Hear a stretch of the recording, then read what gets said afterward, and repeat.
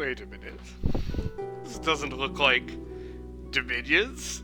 That's because it's not. It's Mechabellum, an autobattler I've been playing to fill the hole in my soul, void in my... what? Fuck it. Until Dominion 6 comes out. And here's a replay of mine, because apparently in this game, Wasps are considered very, very bad. And in this game, I show a little tech with Wasps, but I think they may not be so bad. So let's see. If you have never heard of Mechabellum or played it from the Dominions community, it's like if you were playing Dominions battles over and over without the map attached to them. And if you're somehow from the Mechabellum community and have no idea why I'm talking about Dominions, well, it's like Mechabellum, but with a fantasy map and made for and by insane goblins and or crab people. I'm showing you the first round of combat to just show you how this guy's initial deployments clear my initial deployments, and he wins the first round. By the way, I'm at about 1100 MMR. This is lagging, and I hope it doesn't lag in the recording. The opponent is a similar MMR, which means we are at the level where we're decent, we're okay-ish, but we're prey for the like truly good players who are like 1200, 1300 plus, really. 1500 is where you start getting at the top tier. If you are playing Dominions, you could probably get to about 700-800 MMR just by knowing how to script an army. If you've ever had to count squares for elementals, you could do pretty good at this game. And here's where I bring in a little cheeky order of Wasps into the flank position. As a flight specialist, it only cost me 200 to get these. Normally this play costs 250. You wouldn't be able to get the tanks, you'd have to get something else. So we're just going to shoot his tower, and it's going to finesse the round. Very simple. But wait, it's going to get better, because after this, the sensible play that you know your opponent is going to do is going to put something on the flanks to counter the Wasps. So we're going to do a little something about that. Now, we win the round, we do a little bit of damage. So we'll hide our choices.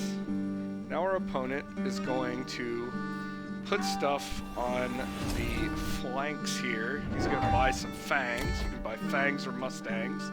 Usual AA counters.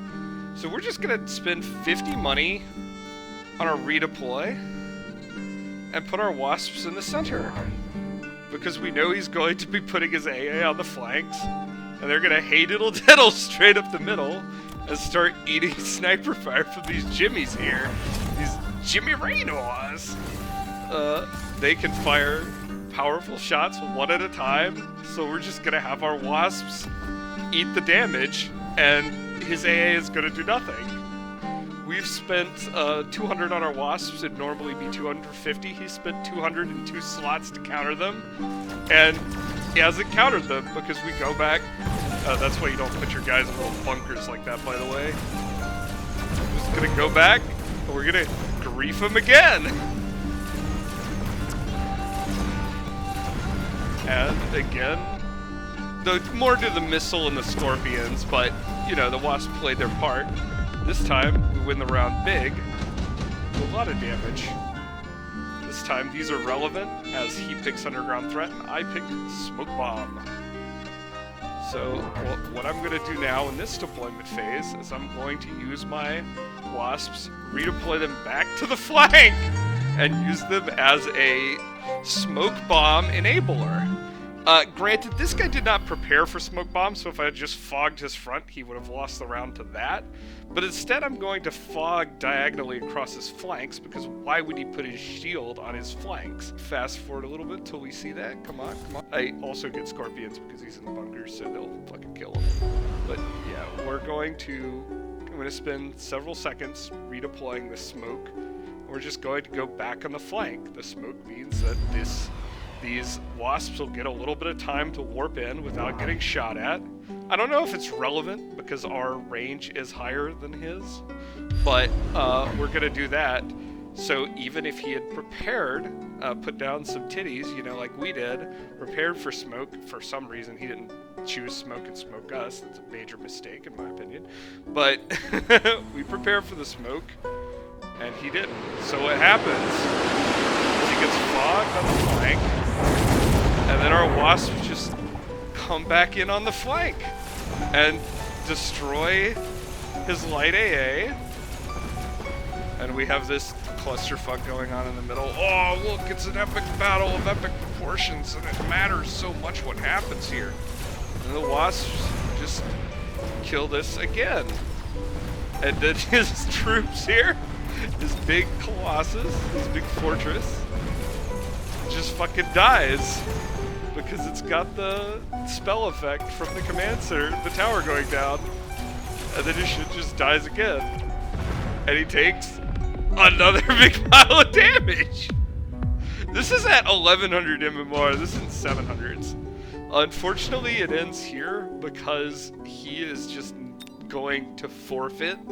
Instead of playing this through, he has had enough. I would be making, you might see, I would be making the Wraith play to try to finish it off. Usually when you can bait people into making light AA, it doesn't kill heavy aircraft, and so you could do a Wraith finisher, but it doesn't matter because we just killed this guy with the Wasp, just moving Wasps around. It's a play that costs us 250 credits, 300 if you count the smoke, 350 if you count the smoke, and just basically what is the game with that tech? So when people say that whoever has more Wasps as the first Wasp always loses, that's not true. You just have to take the plays differently. You don't have to lean into the Wasps. You don't have to, you know, spend all your money on Wasps. If you that's griefing yourself. Like, they're not a strong unit, but you can simply just move them around a little bit when you notice your opponent's deficiencies and fucking win. And that's it.